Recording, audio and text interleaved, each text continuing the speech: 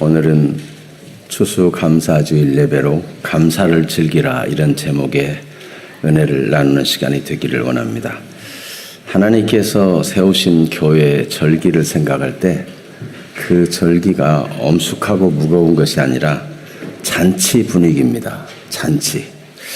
잔치를 생각하면 제가 어렸을 적 시골에서 잔치마당을 생각할 수 있습니다. 누구네 잔치든지 그 잔치는 온 동네의 잔치가 되고 잔치에는 인색함이 없어요. 모든 음식을 다 먹고 남도록 풍성하게 넘치도록 준비해서 지나가는 사람도 붙잡고 먹고 가라고 이렇게 누구든지 이 잔치를 즐기는 것입니다. 오늘 본문 신명기 26장은 하나님께서 모세를 통해서 이 광야에서 주신 말씀인데, 하나님이 약속하신 땅 가나안에 들어가게 하시면 거기서 하나님이 풍성한 복을 주실 터인데, 그 풍성한 복을 누리고 그 수확을 거둘 때 하나님 앞에 나와서 감사하라는, 잔치를 벌이는 절기를 지키라는 그런 내용인 것입니다. 그래서 오늘 신명기 26장 11절에 내 하나님 여호와께서 너와 내 집에 주신 모든 복으로 말미암아 너는 레인과 너희 가운데 거류하는 객과 함께 즐거워할지니라. 이 함께 즐거워하라는 이 명령은 절기를 말할 때마다, 짧게는 안식일을 집에서 일하는 일꾼들도 품꾼도 다 쉬게 하고 즐기고 함께 즐거워하고, 쉬는 것 자체가 그냥 쉬는 게 아니고 즐거워하는 거예요. 하나님의 은혜를 즐거워하고 감사하고. 그리고 신명기 16장에도 보면 유월절이나 초막절이나 이런 때도 그렇게 즐기라는 명령을 하고 있습니다.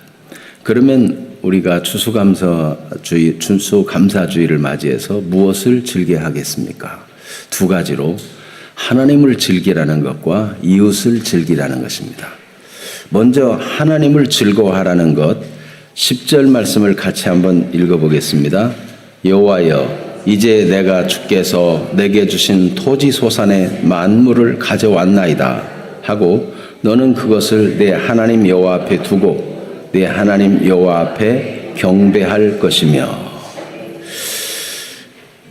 이 경배한다는 말은 모든 것이 하나님께 속해 있다, 하나님의 주권을 인정하고 그 앞에 엎드려서 이 모든 것이 하나님의 은혜입니다, 자기를 낮추고 하나님을 높이는 자세를 경배한다라고 표현할 수 있는 것입니다.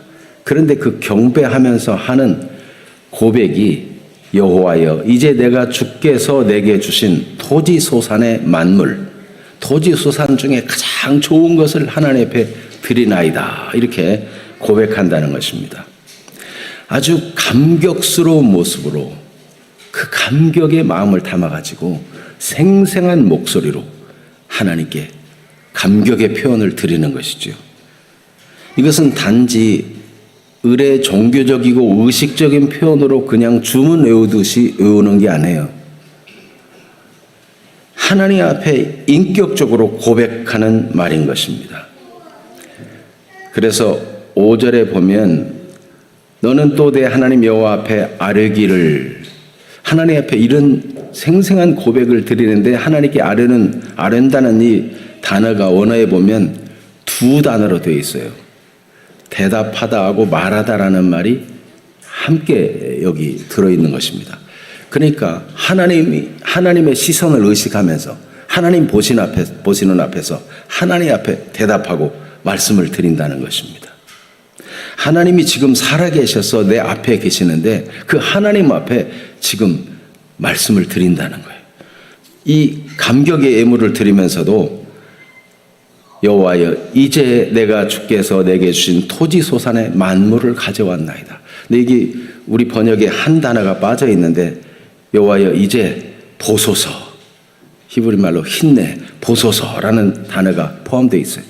그러니까 하나님이 지금 보시는 앞에서 하나님 보세요, 제가 토지소산 하나님이 주신 이 은혜의 복을 가지고 이 좋은 것을 가지고 나왔습니다. 그러니까 하나님 앞에 드립니다. 이렇게 하나님 앞에 생생한 감격의 표현을 말씀드리는 것입니다. 소요리 문답 1문에 보면 사람의 제일 되는 목적이 무엇입니까? 라는 질문이 나오는데, 사람의 제일 되는 목적은 하나님을 영화롭게 하고 영원토록 그를 즐거워하는 것입니다. 이렇게 답변이 나오죠. 고린도전서 10장 31절에 그런즉 너희가 먹든지 마시든지 무엇을 하든지 하나님 영광을 위해서 하라. 하나님을 영화롭게 하고 하나님을 즐거워하는 거죠. 하나님을 즐거워할 수가 있는가? 세상의 다른 종교에서는 자기가 섬기는 신을 즐거워한다, 기뻐한다, 그런 표현이 없어요. 신이 벌레일까 봐 몰래 신이 출장 간 날 이사 간다, 손 없는 날 이사 간다. 신이 두려우니까 몰래 뭔가를 막 바꿔놓고 물건도 옮기고.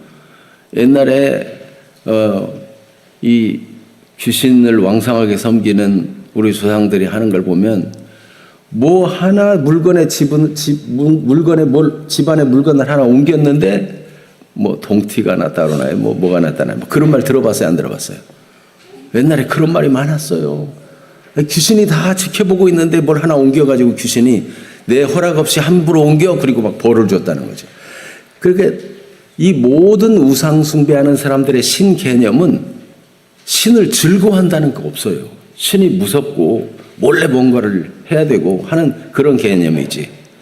그런데 우리를 창조하시고 우리를 사랑하시고 우리를 하나님의 형상대로 지은 창조주 하나님은 우리를 하나님과의 관계가 친밀하고 즐거운 관계가 될 것을 요청하고 있는 것입니다. 이게 사람의 본분이에요. 그런데 여러분, 하나님께서는 사랑이 무한하시고 무한히 용서하시고, 하나님은 정직하고 공의롭고 공평하시고 모든 걸 다 보고 계시고 알고 계시고, 이런 게 불편하게 느껴지는 사람은 누구일까요? 극단적인 이기심과 자기중심적 삶을 사는 사람은 내 마음대로 살아야 되는데 하나님이 다 보고 계시고 모든 걸 다 알고 계시고, 이러니까 불편한 거죠. 그런데 하나님의 은혜를 입고 하나님 은혜에 감사해서 사는 사람은 하나님이 다 보고 계시고 알고 계시고 오히려 안심이 돼요. 내가 어렵고 힘든 일도 알고 계시고 내 몸이 아픈 것도 알고 계시고 내 억울한 형편도 다 알아주시고. 하나님이 빛 가운데 사는 삶은, 하나님의 자녀로 사는 삶은 하나님이 알아주시고 다 보고 계시고 정직과 공의와 공평을 이루는 것이 가장 편안하고 즐거운 거예요. 어떤 짓을 하려면 하나님이 공평하고 정의로운 거가 싫은 거죠. 괴로운 거예요. 사랑하는 성도 여러분, 우리는 하나님의 사랑을 입은 하나님의 자녀들이고 하나님께서 우리와 친근하게 친밀하게 하나님을 즐거워하며 살 수 있도록 만든 복된 존재임을 기억해야 할 것입니다. 그래서 하나님을 친근하게 여기고 친밀하게 여기고 하나님께 모든 것을 아뢰고 하나님께 감사하고 즐기는 이런 관계를 어떻게 가질 수 있을 것인가? 하나님은 이스라엘 백성들이 하나님의 약속의 땅을 분명히 차지하게 해 주실 것이라고 말씀하시고, 그 땅에서 은혜와 복을 누리며 살 때 그 하나님과의 친밀함, 그게 복인데 그걸 잃어버리지 않기를 원했어요. 어떻게 하면 하나님을 즐거워하면서 하나님을 영화롭게 하면서 하나님과 관계를 항상 좋게 하면서 살 수 있는 진짜 행복자가 될 수 있겠는가? 그것을 잘된 이 추수한 후에 이런 절기를 지키면서 하나님을 즐거워하는 거예요. 하나님. 어떻게 하나님을 즐거워해요? 과거의 은혜를 기억하면서 감사하라는 것입니다. 과거의 은혜, 그 과거의 은혜가 뭔가? 우리는 심히도 연약한 존재이고 하나님의 은혜가 아니면 멸망할 수밖에 없었던 존재다.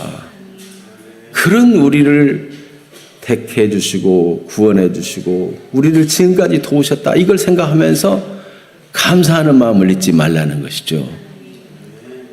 그래서 5절에 보면 이스라엘을 두고 말합니다. 이스라엘을 두고 말하는 이것은 온 인류를 두고 말하는 거예요.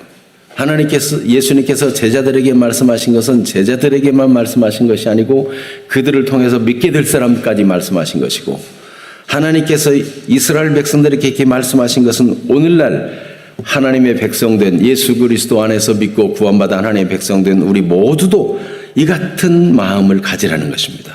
5절을 같이 읽어봅니다. 너는 또 내 하나님 여호와 앞에 아뢰기를 내 조상은 방랑하는 아람 사람으로서 애굽에 내려가 거기에서 소수로 거류하였더니 거기서 크고 강하고 번성한 민족이 되었는데, 방랑하는 아람 사람. 킹제임스에서는 멸망할 수밖에 없는 시리아 사람, 아람 사람, 이런 표현을 썼어요. 그러니까 하나님이 돌보지 않으면 아주 연약해서 방랑하고 있고 땅도 없고 객으로 흔들리며 사는 인생인데 하나님이 붙잡아 주셨다는 거예요. 여러분, 우리 자신들을 생각할 때도 이거 지금 이스라엘 역사를 기억하라는 거거든요. 우리 조상들, 선조들의 역사를 생각해 보세요. 수많은 외침 속에서, 아슬아슬한 위기 속에서 얼마나 고난이 많은 민족입니까? 일제가 우리를 지배할 때도 제대로 음식을 먹지 못하고, 심지어 녹그릇도 다 전쟁 무기로 가져가고 수탈당하면서 얼마나 압박 속에 있었어요. 저 북한 공산당에 의해서 침략을 당해서 압록강까지 그냥 밀려갈 때 얼마나 많은 사람이 죽고 기아에 고통하며 힘들었어요. 여러분, 우리는 이전의 고통을 나의 고통으로 연결해서 생각하면서 감사할 줄 알아야 돼요. 옛날에 먹을 게 없어서 풀뿌리를 먹고 이랬다고 하면은 라면 끓여 먹지. 이렇게 말하는 것은 과거와 현재를 연결하지 못하는 무지한 소치예요. 우리와 우리 후손들이 지금 이만큼 경제적인 부여를 누린다고 해서 과거의 어려운 시절을 잃어버려서는 안 되는 것입니다. 이스라엘 백성들이 가나안 땅에 가면 젖과 꿀이 흐르는 그 약속의 땅에서 얼마나 풍요를 누릴 것인가 하나님이 아시면서 그때 이전의 조상들의 고통, 그 고통과 그 연약함이 곧 나의 고통이고 나의 연약함이다. 이 고백을 잊지 말라는 말씀을 해주고 있는 것입니다. 그래서 조상들의 고통과 우리의 고통을 동일시하는 그런 표현을 쓰고 있는데 6절, 7절을 한번 같이 읽어보겠습니다. 애굽 사람이 우리를 학대하며 우리를 괴롭히며 우리에게 중노동시키므로 우리가 우리 조상의 하나님 여호와께 부르짖었더니 여호와께서 우리 음성을 들으시고 우리의 고통과 신고와 압제를 보시고.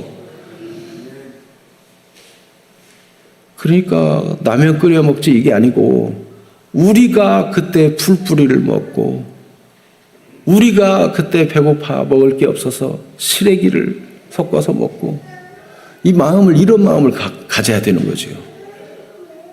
우리 자녀들에게 이런 우리 민족의 고통과 아픔을 우리는 전해주면서 그런 어려움 속에 있었던 우리에게 오늘의 풍부를 주셨다. 이게 하나님의 은혜다. 이렇게 말할 수 있어야 된다는 것입니다.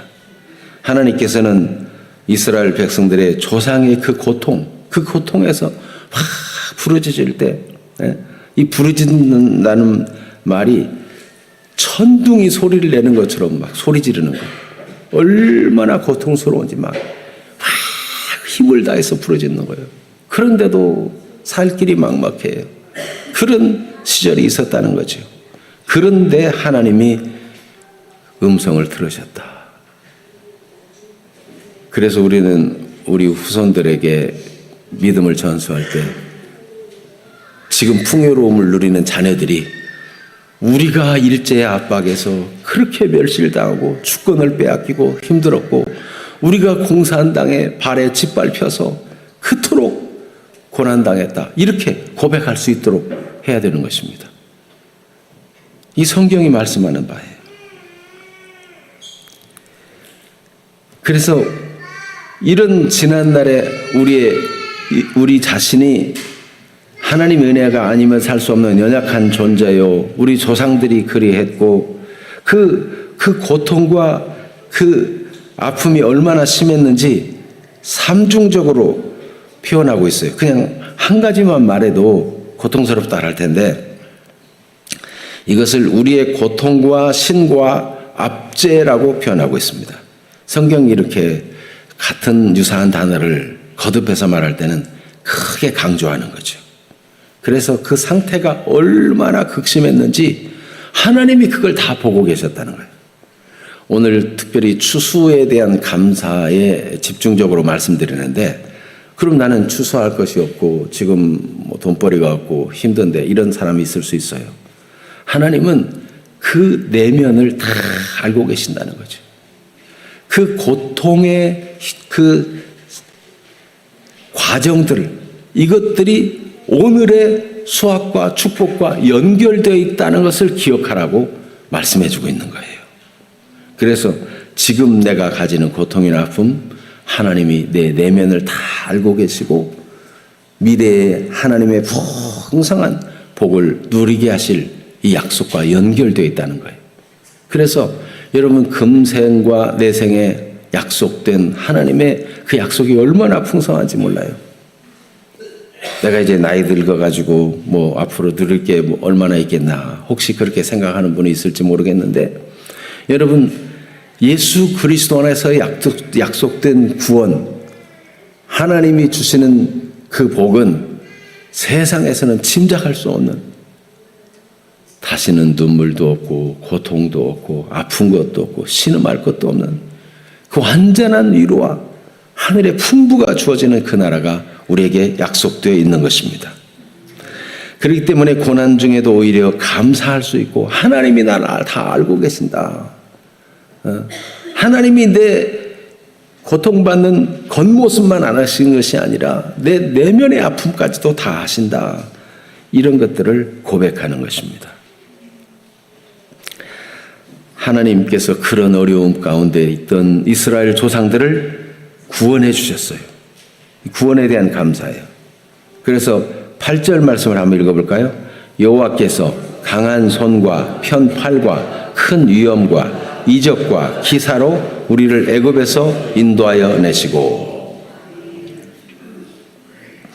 하나님의 구원을 표현할 때 그냥 기적적으로 건져냈다 이래도 될 텐데 이번에는 5번이나 단어를 반복하면서 강한 손과 편팔과 큰 위엄과 이적과 기사로 이거는요 하나님이 하신 일에 대한 끓어오르는 감격을 가지고 하나님이 이같이 위대한 역사로 우리를 구원해 주셨습니다. 생생하게 하나님 앞에 감사를 표현하는 거예요. 그래서 여러분 우리가 이 감사절을 지킬 때 그냥 감사절이 지나가나 보다 이럴 게 아니라 이 감사절기를 지키는 하나님이 주신 정신을 기억하면서 나의 생생한 목소리와 감사와 감격을 가지고 하나님이 지난날에 많은 어려움과 고난이 있었던 것을 회상하면서 하나님의 은혜가 아니면 우리가 어떻게 하나님 나라에 들어가며 하나님의 은혜가 아니면 우리가 여전히 죄 가운데 방황하면서 하나님도 알지 못하고 그냥 낙심하고 우울하고 좌절하고 그렇게 살 뻔했는데 하나님의 은혜를 알게 하시고 하나님을 섬기게 했던 게 얼마나 감사한가. 이 생생한 감격의 표현을 여기 기록하고 있는 것입니다. 하나님은 초자연적인 역사로 구원해 주셨다는 것을 고백합니다. 하나님께서 우리를 구원하려고 하나님의 아들 예수님을 이 땅에 보내신 이 일도 초자연적인 역사예요. 처녀의 몸에서 어떻게 아이가 낳을 수 있겠어요? 성령으로 잉태가지고 이 땅에 오셨는데 천지를 창조할 때부터 함께 계셨던 하나님이신 성자 예수님이 사람의 몸을 입고 이 땅에 오신 것, 이 초자연적인 역사예요. 하나님의 놀라운 기적이 아닐 수 없어요. 오셔서 자기가 섬김을 받고 대우를 받고 자기가 높임 받고 그래도 충분한 분인데 인자에 온 것은 섬김을 받으려 함이 아니라 도리어 섬기려 하고 자기 목숨을 많은 사람의 대속물로 주려 함이라. 주님은 자신을 희생하여 우리를 죄에서 구원하시려고 십자가를 치신 겁니다. 얼마나 감사한 일인지. 세상에 아무도 환영하지도 않고 인정하지도 않지만은 자기 땅에 오시고 아무도 그 편에 선 자가 없이 혼자 된 것 같지만 하나님께서 나를 혼자 두지 아니하신 것을 감사합니다 하고 내 영혼을 아버지 손에 부탁하나이다. 이렇게 말씀드릴 수 있었던 예수님, 우리를 구원하기 위해서 초자연적인 은혜로 우리를 건져내 주신 것입니다. 자, 이와 같이 과거의 은혜를 우리가 추수감사절을 지키면서 과거의 지난날의 모든 시간들을 생각하면서 하나님 은혜다. 여기까지 도우셨구나. 어제 제 고등학교 동창을 만났는데 그 친구가 어느 날 전화 와가지고 자기 부인이 몹시 아픈데 어떻게 해야 될 줄 모르겠다는 거예요. 잠도 자지 못하고 밤낮으로 아픈데 방법이 없고 병원에 가도 이유를 알지 못하겠다는 거예요. 참 얼마나. 그래서 어떤 큰 병원의 의사나 이런 사람들은 좀 알고 있느냐고. 그런데 참 막막했어요. 어제 만나서 어떻게 지내냐고 물어봤어요. 얼마 전에 물론 미리 안부를 했습니다만은 요즘은 많이 좋아지고 안정되고 있다고 그래요. 그 얘기를 들어보니까 그 자기 와이프는 원래 믿는 가정이래요. 다 믿는 가정인데 자기를 만나가지고 초반에는 자기와 함께 교회를 다녔는데 자기 직장 생활에 주일 지키기 어려운 그런 직장이라서 여기저기 막 주일에도 일해야 되고 출장 가야 되고 막 이래가지고 당신 혼자라도 다녀라 그랬는데 남편이 안 다니니까 혼자 흐지부지 하다가 그냥 교회를 안 다니고 그렇게 세월을 지내온 거예요. 그런데 그게 코로나 후유증인지 코로나 걸리고 나서 뭐 팔이 하나 부러졌는데 그거 뭐 수술한 거밖에 없는데 그렇게 잠도 안 오고 밤낮 여기저기 쑤시고 고통스러우고 그런 고통이 있었다는 거예요. 그렇게 심각한 고통과 아픔을 만나서 전도를 받고 교회를 나가서 우리가 만나면 또 이 얘기를 하지만은 그냥 빙그리 웃고 말았는데 너무 아프고 힘드니까 다급해가지고 교회를 나가가지고 얼마 안 돼서 벌써 성경 한 권 다 읽고 막 기도하고 이랬더니 이제 좀 잠도 자고 좀 안정이 되고 아직도 밥은 못 먹는데요. 몇 달이 지났는데 죽밖에 못 넘긴다는 거예요. 하나님의 은혜로. 그래서 하나님께서 고통을 통해서 사랑하는 딸을 부르셨구나. 이제 남편과 함께 같이 교회를 다니고 남편은 일도 못 다니고 그냥 부인만 지금 돌보느라고 아무 일도 못하고 함께 교회 다니는 그런 입장인데 여러분 오늘 성경 말씀부터 보면 사실상 애굽 사람들이 우리를 학대하며 괴롭히며 우리를 중노동시킴으로 우리 조상이 여호와께 부르짖었다 그랬는데 하나님이 애굽에서 그렇게 중노동시키고 학대하고 괴롭히는 것을 하나님이 두고 보신 거예요. 애굽 땅에 가서 막 번성하고 이러니까 이제 그러면서 하나님을 간절히 찾지 않으니까 요셉을 알지 못하는 다른 왕이 일어나게 해가지고 막 학대를 당하고 중노동을 시키고 괴롭힘을 당하게 하셔서 하나님의 간절히 막 부르짖게 만들었어요. 하나님의 백성, 하나님만 전적으로 섬기는 백성이 만들게 하시려고. 여러분 이 추수감사절에 다른 사람은 다 소득이 있고 감사할 게 있지만 나는 혹 감사할 것이 없다. 나는 괴롭기만 하다. 그런 분이 있습니까? 하나님은 여러분을 사랑하십니다. 불러내어 하나님만 잘 섬기는 친백성이 되어서 이 땅은 잠깐 지나가요. 내세는 영원합니다. 영원한 하나님의 은혜를 누리는 하나님의 친자녀로 삼기 위해서 하나님 오늘도 부르시고 택하시고 은혜 주신 것을 대해서 그것이 가장 큰 감사가 돼야 돼요. 그래서 추수한 것을 감사하는 그때에 하나님 앞에 가서 고백하기를 우리 조상 쪽부터 이런 일이 있었고 우리가 바로 그 고통을 당한 조상들과 동일한 고통의 존재였다는 것을 고백하게 만드는 거예요. 그런 고백을 다 한 다음에 하나님이 주신 복으로 이렇게 토지, 소산, 만물을 좋은 것을 가져왔습니다라고 고백하는 거죠. 그러니까 순서가 지금 잘 되는 거 고백하는 게 아니고 좋은 일 있으면 감사한 게 아니고 하나님의 주신 은혜에 대한 감사의 고백이 먼저 있는 것입니다. 그리고 지금 현재적인 이 추수, 풍성한 수확에 대한 감사를 주 앞에 드리도록 그렇게 말씀해 주고 있는 것입니다. 그래서 이스라엘 백성들로 하여금 광야에서 말씀하시기를 가나안 땅, 젖과 꿀이 흐르는 그 좋은 땅에 가서도 하나님의 자녀라는 정체성을 절대 잊지 말라. 이걸 말씀해 줬어요. 그래서 9절 말씀을 한번 읽어볼까요? 이곳으로 인도하사 이 땅 곧 젖과 꿀이 흐르는 땅을 주셨나이다. 하나님이 인도해가지고 이곳으로 인도해서 이 좋은 땅을 주셨습니다.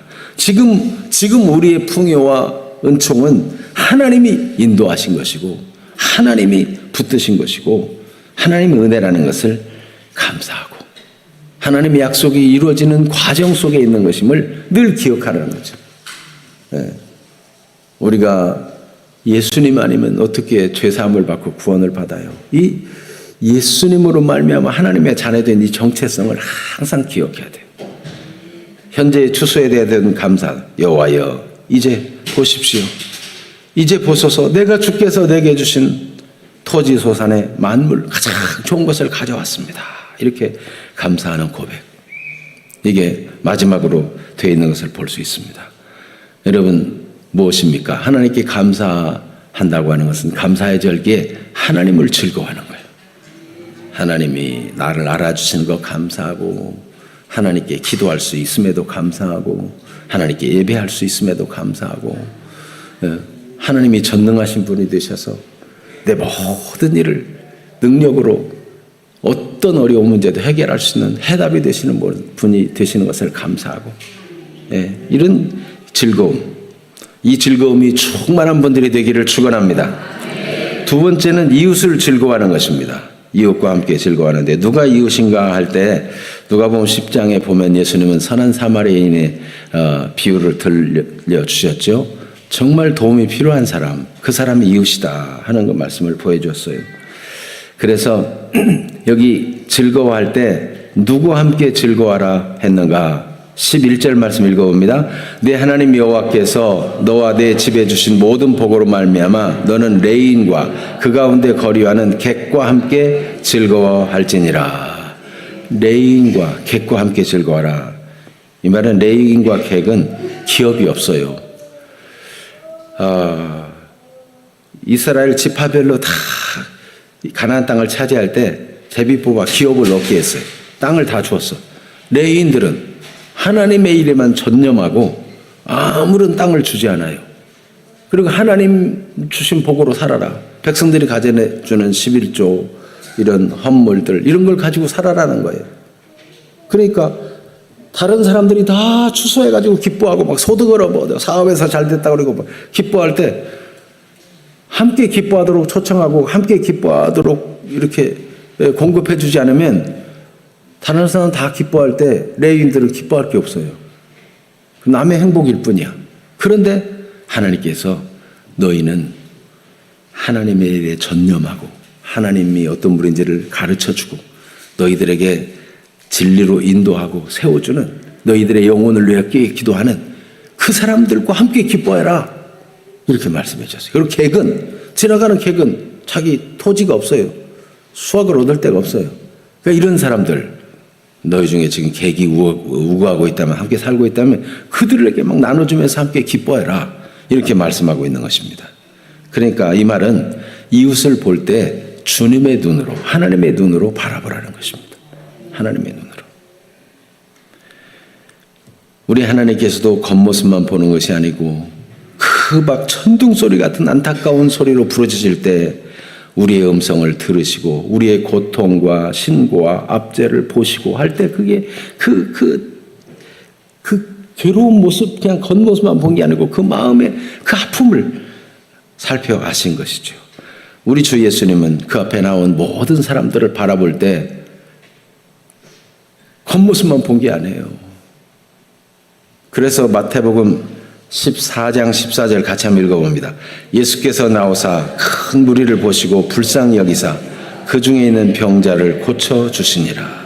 이 목자 없는 양 같은 헤매는 이들을 볼 때 그들에게 하늘 양식으로 먹여주시고 그들의 병을 고쳐주시고 그들의 내면의 아픔을 아시기 때문에 요한복음 5장 5절 6절도 읽어봅니다. 거기 38해 된 병자가 있더라. 예수께서 그 누운 것을 보시고 병이 벌써 오랜 줄 아시고 이르시되 내가 낫고자 하느냐.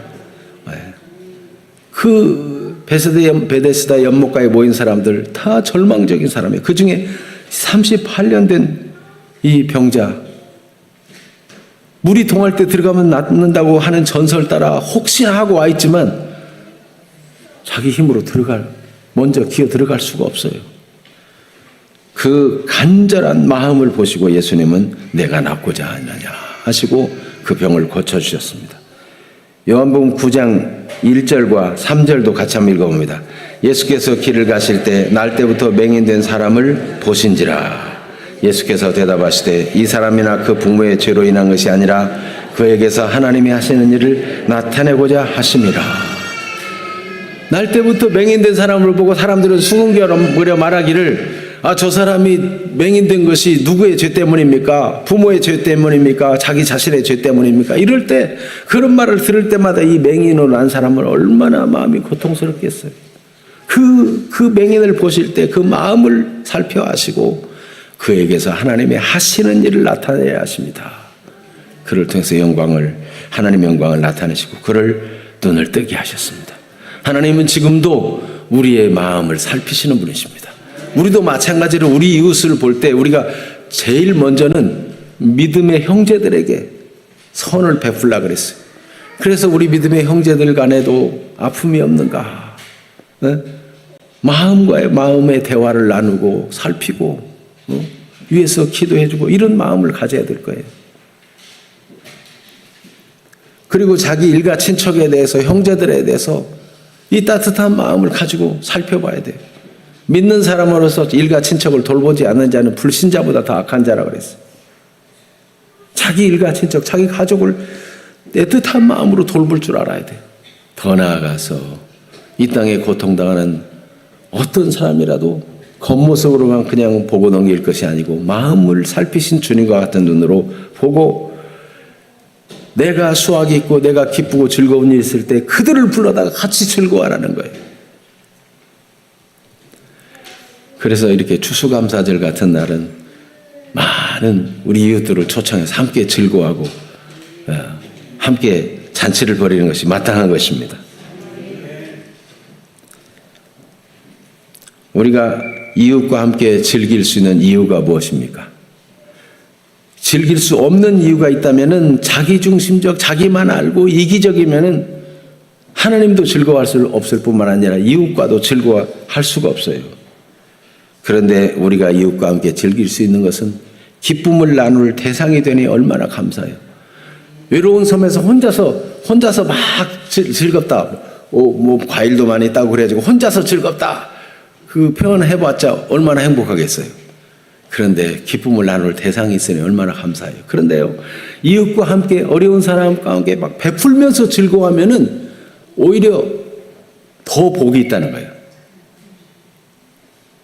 주는 자가 받는 자보다 복이 있다. 사도행전 20장 35절 우리 주님의 말씀을 인용한 사도 바울의 메시지죠. 같이 한번 볼까요? 범사에 여러분에게 모범을 보여준 바와 같이 수고하여 약한 사람들을 돕고 또 주 예수께서 친히 말씀하신 바 주는 것이 받는 것보다 복이 있다 하심을 기억하야 할지니라. 그러니까 여러분 어려운 사람에게 베풀면서 복 받으려고 베푼다 그게 아니고 기쁨을 나누고 행복을 나누는데 베푸는 것을 하나님은 또 기뻐하시고 그 하나님 아버지의 마음과 우리 주 예수님과 같은 마음을 가진 그것을 복되다 하시고 그를 복을 더 주신다는 거예요. 얼마나 감사한 일입니까? 이렇게 이웃과 함께 즐기는 이유는 하나님의 은혜를 나타내는 거예요. 이 모든 복을 하나님이 주셨습니다 하고 하나님을 높이는 거예요. 이 하나님 앞에 고백한 것처럼 나는 얼마나 가련하고 초라한 존재인지 하나님의 은혜가 아니면 살 수 없는 존재였는데 이번에 우리 다니엘 기도에서도 보니까 2살 때 청합이 돼가지고 저 재밥벌이나 하고 살까 부모의 근심되었던 그분이 교수가 돼가지고 그 과거의 아픈 고백을 왜 하는 겁니까? 이 다니엘 기도의 동안에 많은 분들이 간증할 때 자기의 약점과 못남과 부족함을 간증할 거예요. 그 이유 뭡니까? 하나님의 은혜를 높이는 거예요.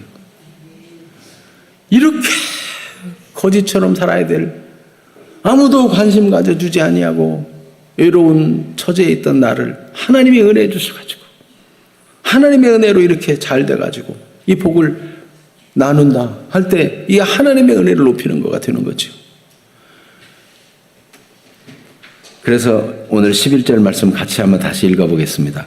내 하나님 여호와께서 너와 내 집에 주신 모든 복으로 말미암아 너는 레인과 내 가운데 거류하는 객과 함께 즐거워할지니라.